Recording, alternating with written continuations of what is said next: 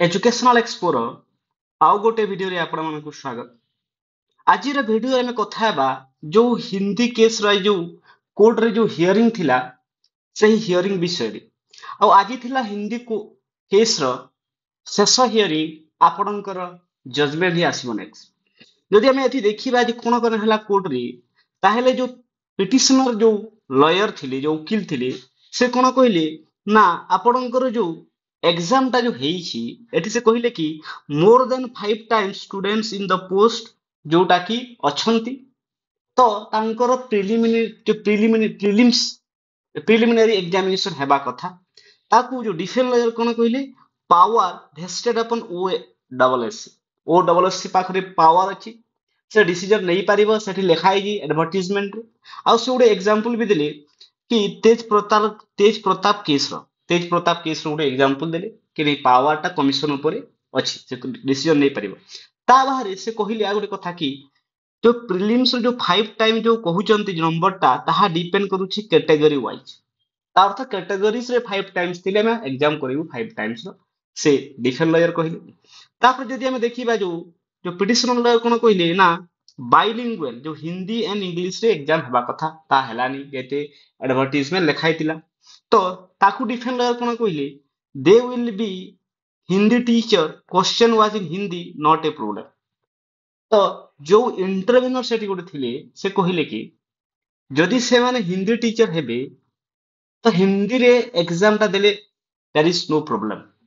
Problem ही ना।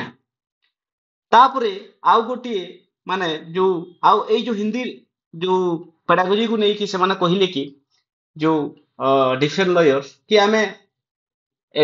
Option देइथिलु जो पिला माने इंटरेस्टेड से माने सही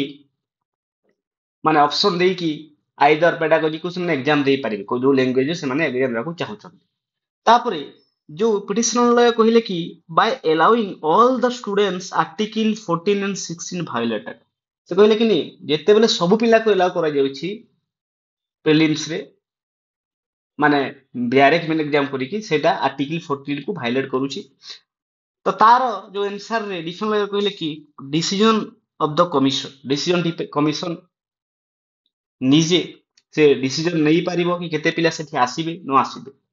कारण बेसी पिला नथिले जो 5 टाइम्स रो आ कैटेगरीज वाइज माने 5 गुड़ा पिला नथिले सेति पई commission exam Kalani prelims exam आ से एडवर्टाइजमेंट भी लिखा हितिला से कहले कि एडवर्टाइजमेंट भी लिखा हितिला कि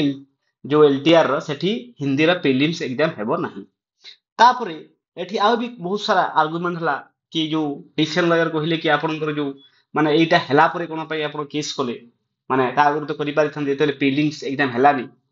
सेते से कहले कि हमें आरटीए मागिथिलु कमिशन को कमिशन कहला कि हमें इन्फॉर्मेशन देई पारिबु नाही जेते बोले एग्जाम रिजल्ट आसीबो तापरे हमें सब प्रोसेस सरिला परे ही आरटीआई देबु। तापरे जो मेन फ्रंट ऑफ जो हियरिंग एठी जो थिला ताहा कोन थिला ना एठी जो आपनकर जो एठी जे पिटिशनर लेयर थिले से कहउतले कि ना जो एग्जाम ता हार्मोनियस एंड कंस्ट्रक्शन वे रे हेइना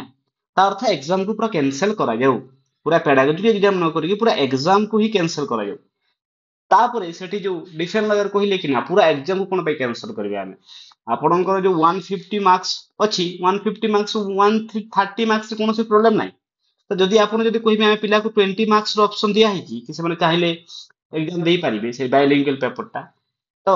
130 मार्क्स रो क्वेश्चन उठे जदि कहिबे आमे एग्जाम आउ थरे कर देबो ओनली 20 मार्क्स रो किंतु एग्जाम कैंसिल हेबोनी। एहा थिला आज रो संपूर्ण जो डिस्कस जो आर्गुमेंट कोर्ट रे हला तापरे आपनकर फाइनल जजमेंट आसीबो फाइनल जजमेंट जदि आसीला जो माने पिला माने एतिक दिन सफर अछंती सफर करूछंती फाइनल जजमेंट आसी जाऊ आपने माने भी गोटी चाकरी पाइबे चाकरी पाइ जानतु सेटा डिसीजन ऊपर डिपेंड करछि जज को ऊपर जज को डिसीजन देबे। तो देखिबा हमें केबे डिसीजन आसुची जजमेंट आसुची। इहा थिला संपूर्ण वीडियो आउ चैनल को लाइक एंड सब्सक्राइब कर दियंतु आहुरी एमिति के वीडियो देखिबा पई थैंक यू।